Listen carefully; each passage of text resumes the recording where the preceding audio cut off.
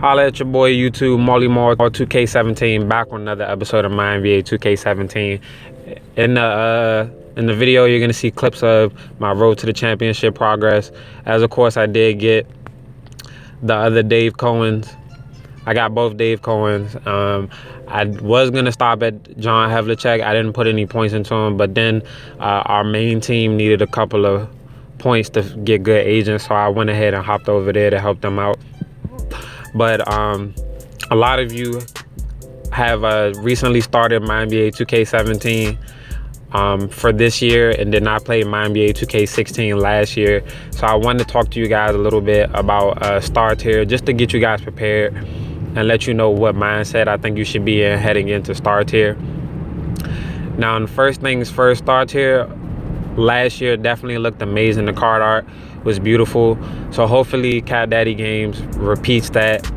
I guess I would be okay if they take the same cards and they switch them up a little bit as far as card art, but you know, a brand new card art would be nice, so that way, you know, this doesn't feel like a cut, copy and paste type thing. But we'll just have to see. I still don't know the release date of it. Some people are speculating January 19th because it falls into Road to the Championship.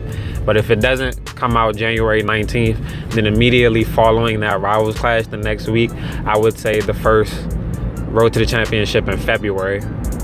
Don't know the exact date. I'm currently driving right now, so I can't check it. But my second thing is to just let you guys know, if this is your first time to Star Tier, I'm gonna just go into a couple of tips, in my opinion, that should help you out moving into Star Tier.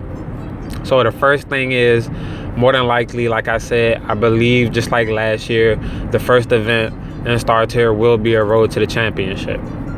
Now, with that being said, you're gonna want to try your hardest to get the star card and Road to the Championship, because there's probably gonna be more than one.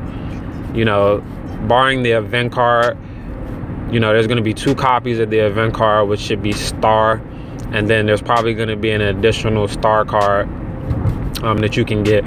I would definitely try to get that star card. You're going to want to collect as many stars as possible. Now, I know you guys know what your freebie is. Your freebie is when you hit Star Tier, you're automatically going to get a free card from Star Tier or whatever. Some people will give you their advice and tell you to just go ahead and sell your freebie. I'm personally not going to give you that advice, only because of the fact that, you know, the first thing you'll want to do when you hit Star Tier is try to collect as many star cards as possible, because Road to the Championship is definitely your friend in Star Tier, and you want to be able to get as far as possible. So in order to do that, you're going to need star cards. Now, if you spend money on the game, you really don't have to worry about that, because you're going to open packs and you're going to pull star cards. So in that case, you go ahead and sell your freebie.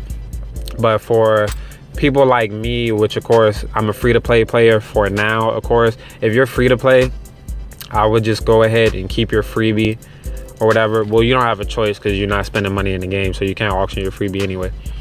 But just go ahead and keep your freebie. Make sure, yeah, just go ahead and keep your freebie, and make sure you hold on to that.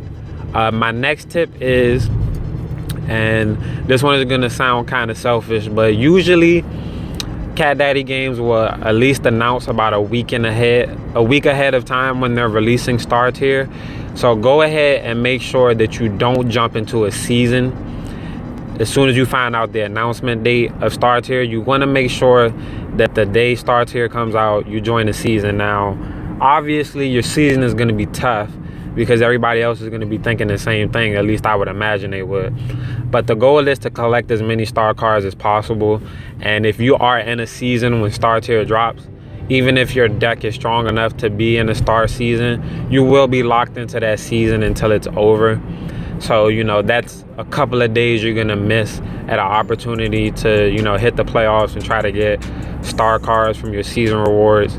So I would just definitely make a notice of that. Remember, you know, if they say that Star Tier comes out January 27th, don't start a season on January 24th, because you'll probably still be locked into a season when the 27th hits, and that'll just be a waste of time, because, you know, you'll probably just get a legendary card when, you know, you don't really need a legendary card. You're looking for star cards.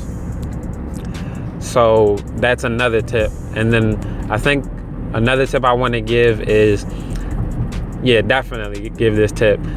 Watch what you buy on the first day. You can often find yourself spending a good 200, 300K on a star card because everybody wants to sell their reset or their freebies on the first couple of days and put them for like ridiculous prices. Don't pay 300K for a star card. I mean, unless you got it like that, go ahead. But just constantly watch the auction house. As we all know, the auction house goes crazy the moment a new tier comes out. When the game first started, legendary cards was being sold at 200, 300K. But now if you go in the auction house, like they're only like 60K or 80K or something like that. So just be patient. The prices will go down once people stop acting like dumbasses and inflating the prices and shit. And I would personally just hold on to your RP. You know, as you can see, I think I have about a little bit over 230,000. And even when Star Tier drops, I'm not gonna spend that. I actually have just been saving the RP to get ready for the first star card event. You know, just in case I need it. I mean, I'm not nobody's perfect grinder, so I have to buy hot streaks or whatever. So that's why I've been saving up my RP. My next tip is, of course, if you guys have been playing the road to the championship just like I do, it's always best to keep those 2 legendary cards that you get before the event card. As you can see, like I stopped going for the event card because, you know, I already know Star Tier is coming out, and in the Star Road to the Championship, like the event cards, they help, but they don't help like perfectly, you know. And then that, and the fact that you need to get a good agent to pro the cards anyway. But the 2 legendaries before the event card, those are always going to be useful in your collection, because when you hit Star Tier, you know, like the legendaries that you pulled, they're not resets. Of course, Star Tier, you'll get star reset, so that means that you'll be more likely to pull legendaries faster, because, you know, you're a whole another tier higher than legendaries. So legendaries will just drop off the board more commonly than they did when you're in legendary tier. So that's why in my collection, you know, I've gotten both of the legendary cards in Road to the Championship, mainly because I know when I hit Star Tier, legendary cards are going to drop from my board more than they did when I was in legendary tier, because when you're in legendary tier, they're reset, so they're going to take days to, you know, get legendary resets or something like that. I'm running out of clips, so I'm gonna go ahead and cut it here. I'll talk about Star Tier a little bit more this week or whatever. But if you guys did enjoy the video, please be sure to hit that like button, comment and subscribe if you're new to the channel. Follow me on Twitter at Mynba2k17. Follow me on Twitch at twitch.tv/Mynba2k, and I'll check you guys.